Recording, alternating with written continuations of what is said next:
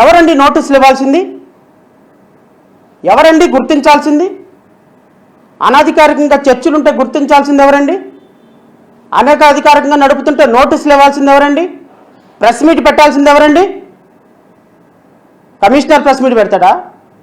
ఉండి నియోజకవర్గం MLA press meet పెడతాడా? నోటీసులు ఎమ్మెల్యే ఇస్తాడా? అనధికారికంగా నడుపుతున్న చర్చల్ని ఎమ్మెల్యే కూలగొడతాడా? కొలకలపూడి శ్రీనివాసు తిరువూరు కాన్స్టిట్యున్సీలో అక్రమ కట్టడాలని కూర్చివేసేదానికి ఒక బుల్డోజర్ తీసుకొని వెళితే పిలిచి షోకాజ్ నోటీస్ ఇస్తారా? ఎందుకంటే ఆయన ఎస్సీ ఎమ్మెల్యే కాబట్టి, పిచ్చోడు కాబట్టి, నోట్లో నాలుక లేనోడు కాబట్టి ఏది పడితే అది మాట్లాడతాడు కాబట్టి. ఈ ఉండి కాన్స్టిట్యున్సీలో ఎమ్మెల్యే, ఈయన స్పీకర్ కాబట్టి, డిప్యూటీ స్పీకర్ కాబట్టి మీరు కాదు కూడదు అంటే మీకే ఏక్కు మొగుడయ్యి ఇంకొక మొగుడుగా తయారవుతాడు కాబట్టి ఈయన నోటికి భయపడి ఎందుకు వచ్చిన గోళ ఈ తలకాయ నొప్పి అని చెప్పేసి రఘురామకృష్ణంరాజు ఏం చేసినా కూడా దానికి వంత పడతారా? నేను అడుగుతున్నా రఘురామకృష్ణంరాజుని, సొల్లు కబుర్లు సోది కబుర్లు చెప్తావు కదా వచ్చి కాన్స్టిట్యూషను అది ఇది అని. నేను అడుగుతున్నా మిమ్మల్ని, చెప్పండి. చర్చిలు గుర్తించాల్సిన, మసీదులు గుర్తించాల్సిన అవసరం ఒక ఎమ్మెల్యేగా మీకు ఎవరిచ్చారో అధికారం? నాకు చెప్పండి ఆ సమాధానం. అదేదో చెప్తా వచ్చి నాకు మళ్ళీ ప్రెస్ మీట్ పెడతారన్న సంగతి నాకు తెలుసు. కానీ అనవసరంగా మీరు ఒక డ్రెస్ని, వేషధారణని మీరు మాట్లాడుతున్నారు కాబట్టి, మీకు ఓట్లు వేసినటువంటి ప్రజలని భయభ్రాంతులకు గురి చేస్తున్నారు కాబట్టి, ఈరోజు మీకు ఓట్లు వేసిన నేరానికి కొన్ని వందల మంది ఊర్లు వదిలి, తల్లిదండ్రులను వదిలేసి ఎక్కడో దాక్కొని చెయ్యని నేరానికి నరక యాతన అనుభవిస్తున్నారు గత వారం 10 రోజుల నుంచి. కేవలం మీ యొక్క ప్రోత్సాహం వల్ల, మీ యొక్క శాడిజం వల్ల. మీరు అనుకుంటున్నారు నా దగ్గర ఎమ్మెల్యే పదవి ఉంది, నేను డిప్యూటీ స్పీకర్ని, కలెక్టర్ నా మాట వింటాడు, ఎమ్మెల్యే ఎవడు సిఐ నా మాట వింటాడు, డిఎస్పీ నా మాట వింటాడు, ఎస్పీ నా మాట వింటాడు, అవసరమైతే చంద్రబాబు నాయుడికి ఫోన్ చేస్తాను, అంతగా అవసరమైతే పవన్ కళ్యాణ్కి ఫోన్ చేస్తాను. ఎందుకంటే నా మీద దాడి జరగకపోయినా జరిగింది అని ఖండించారు కదా వీళ్ళందరూ. సోకాల్డ్ పవన్ కళ్యాణ్, ముఖ్యమంత్రి వీళ్ళంతా రఘురామకృష్ణంరాజు మీద జరిగిన పాశవిక దాడిని ఖండిస్తున్నామని ఈ సోకాల్డ్ మనగాళ్ళందరూ కూడా పీగన్నవరంలో ఒక శవాన్ని అడ్డుకుంటే దాన్ని ఖండించలా, ఒక గ్రామాన్ని ఆయన కాన్స్టిట్యున్సీలో వెలేస్తే ఖండించలా, చిన్నపిల్లల మీద దళిత పిల్లలు అని చెప్పేసి దాడి జరిగిస్తే ఖండించలా. వీళ్ళు ఈ దాడులను ఏం ఖండించలేదు. కానీ రఘురామకృష్ణరాజు 200 మంది సైన్యాన్ని వేసుకొని, ఇంకొక 200 మంది పర్సనల్ సెక్యూరిటీని పెట్టుకొని 400 మందితో శ్రీరామనవమి రోజున అక్కడికి వెళ్ళి కావాలని అక్కడ గలాటా క్రియేట్ చేసి, అక్కడ లోకల్ పర్సన్స్ని వీళ్ళే దాడి చేసి, ఆ దాడిలో ఒకళ్ళు ఇద్దరు కార్యకర్తలను గాయపడితే ఆ కార్యకర్తల దగ్గర నుంచి స్టేట్మెంట్లు తీసుకొని కొన్ని వందల 10 మందిని ఎఫ్ఐఆర్లో నమోదు చేసి ఆ ప్రాంతంలోకి ఎవరిని వెళ్ళనీయకుండా, ఎవరిని బయటికి రానియకుండా అక్కడ 144 సెక్షను పోలీస్ పికెటింగ్లు ఏర్పాటు చేసి మమ్మల్ని హౌస్ అరెస్టులు చేసి దమ్ముంటే రండిరా చూసుకుందాం, దమ్ముంటే రండిరా షకావత్తు అంట. దమ్ముంటే రండి షకావత్త, ఎవడొస్తాడో రెండే. మరి తీపిచ్చే 144 సెక్షన్ అక్కడి నుంచి పోలీసుల దగ్గర నుంచి హౌస్ అరెస్టులు చేయకుండా ఆపించు, మీ ముఖ్యమంత్రి చేత చెప్పించు మమ్మల్ని.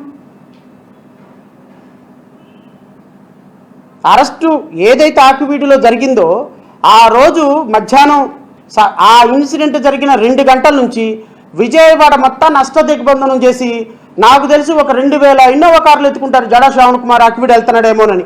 ఎక్కడ కనపడితే అక్కడ ఇన్నోవా కార్లు ఆపటం, నన్ను వెతకటం. నా ఇంటి చుట్టూరు పోలీసులను పెట్టారు. ఎందుకు అంత భయం? అంత భయం ఎందుకండి? ఛాలెంజ్ చేసావు కదా ఆకివీడి రమ్మని, ఎందుకు భయం ఎందుకు? మరి 144 సెక్షన్లు ఎందుకు? పోలీస్ పికెటింగ్లు ఎందుకు? గ్రామాల వాళ్ళని బయటకు రానికపోవటం ఎందుకు? బయట వాళ్ళని లోపలికి పోనీయటం ఎందుకు అంటే తెలుగుదేశం పార్టీని పొట్టముంచడానికి మీరు వేసినటువంటి పన్నాగం, మీరు పన్నినటువంటి పన్నాగం అద్భుతంగా ఫలిస్తుంది. మీరు ఇలాంటి పన్నాగాలు మరెన్నో పన్నాగాలు పన్నాలి అని దీనికి మీరు వికృత క్రీడ ఆడాలి అని మీ నియోజకవర్గంలో ఇంకా బలైపోవాలనుకున్నటువంటి వాళ్ళు మీకు ఓటేసి నేరానికి బలైపోతూ ఉంటే చూసి ఆనందపడమని కోరుతున్నాను. చేయండి, నో ప్రాబ్లం. చర్చిల మీద దాడులు చేయండి, పేదల ఇళ్ల మీద దాడులు చేయండి, వాళ్ళ ఇళ్ళను మొత్తాన్ని కూలగొట్టేసేయండి మీరే. Because you are a commissioner, you are a SP, మీరే ఆ మీరే ఆ ఎంఆర్ఓ, మీరే ఎగ్జిక్యూటివ్ అథారిటీ, మీరే. ఇంకా నయ్యం, మీకు బెయిల్ ఇవ్వాల్సింది కూడా నేను రాస్తేనే మీకు కోర్టులో కూడా బెయిల్ అవుతుందని అనలేదు. సంతోషం, అది కూడా అనే రోజులు వస్తాయి. మీ పరిపాలన చూస్తే ఆ స్థాయి కూడా ఉంది. జిల్లా జడ్జి నువ్వు రాసేది ఏంది ఇట్రా, 57 మంది అరెస్ట్ అయ్యారా, 60 మంది అరెస్ట్ అయ్యారా, మీకు లేదు 2 సంవత్సరాలు జైలు శిక్ష అని చెప్పేసి అక్కడే జడ్జిమెంట్ ఇచ్చేసేటట్టున్నారు. మీరు చూస్తే మీ పరిపాలన చూస్తే అట్ట తయారైంది జ్యుడిషియరీ కూడా. తేజభ్యమానంగా వెలిగిపోతుంది మీ పరిపాలన.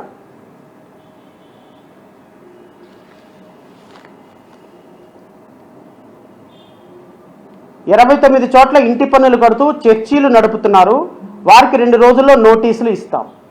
రాముడి గుడిలో రాముడికి ఆరాధించకూడదనే చర్చి వచ్చింది కనుక దాని ఆధారంగా ఎన్ని చర్చలు ఉన్నాయి, అనుమతులు లేనివి ఎన్ని, ఆధారాలు సేకరించాం అని డిప్యూటీ స్పీకర్ రఘురామకృష్ణంరాజు అన్నారు. నేను రఘురామకృష్ణంరాజుకి ఏం చెప్తున్నానంటే, నేను ఈ మధ్యకాలంలో నువ్వు ఇప్పుడు మొదలుపెట్టావేమో, నేను 2 సంవత్సరాల నుంచే మొదలుపెట్టా. ఈ రాష్ట్రంలో అనుమతులు లేని రిలీజియస్ ఇన్స్టిట్యూషన్స్ ఏమున్నాయా అని. నా దగ్గర ఇప్పటికిప్పుడు అనుమతులు లేని రామాలయాలు, అనుమతులు లేని వెంకటేశ్వర స్వామి ఆలయాలు, అనుమతులు లేని హిందూ టెంపుల్స్ ఒక 1000 డేటా ఉంది నా దగ్గర. 1000 ఎక్కడ దాకా ఎందుకు? రెయిన్ ట్రీ అపార్ట్మెంట్ పక్కన వెంకటేశ్వర స్వామిది పెద్ద ఆలయం కట్టినారు. ఎవరు? లింగమనేని రమేష్. దానికి కనీసం పంచాయతీ అప్రూవల్ కూడా లేదని అట్లాంటి గుళ్ళు ఒక 1000 ఉన్నాయి నా దగ్గర. ఏ రోజన్నా నేను కేసు వేశానా? ఏ రోజన్నా మేము మాట్లాడామా? ఎందుకు అంటే అది ప్రభుత్వ అధికారులు చూసుకోవాల్సిన బాధ్యత. ఈరోజు నేను గుళ్ళ మీద కేసులు వేస్తాను, నువ్వు చర్చిల మీద కేసులు వేస్తావు, ఇంకొకరు మసీదుల మీద కేసు వేస్తారు. ఏమైపోతుంది వ్యవస్థ? ఏమైపోతుందండి? అరే, ఒక సాధారణమైన న్యాయవాదిని 10,000 5,000కు తీసుకుని డబ్బులు తీసుకుని వేసే నేనే ఇంత కాన్స్టిట్యూషన్గా ఆలోచిస్తున్నప్పుడు, ఒక రాజ్యాంగ పదవిలో కూర్చొని ఈ రాష్ట్రంలో 5.5 కోట్ల మంది ప్రజలు ఓటేస్తే 164 సీట్లు తీసుకొని ఈరోజు అక్కడ కూర్చున్నటువంటి 175 మంది ఎమ్మెల్యేలకి స్పీకర్గా పెద్దన్న పాత్రలో, ఒక తండ్రి పాత్రలో అందరినీ సమాన దృష్టితో చూడాల్సినటువంటి నీవు ఈరోజు ఒక ప్రాంతం మీద, ఒక మతం మీద, ఒక కులం మీద, ఒక చర్చి మీద విషం కమ్ముతున్నావు అంటే సిగ్గులేదా నీకు? నీకు ఓట్లేసినటువంటి రాష్ట్ర ప్రజలకు కూడా సిగ్గులేదా? ఇదా మీ పరిపాలన? ఇదా మీ వ్యవస్థ?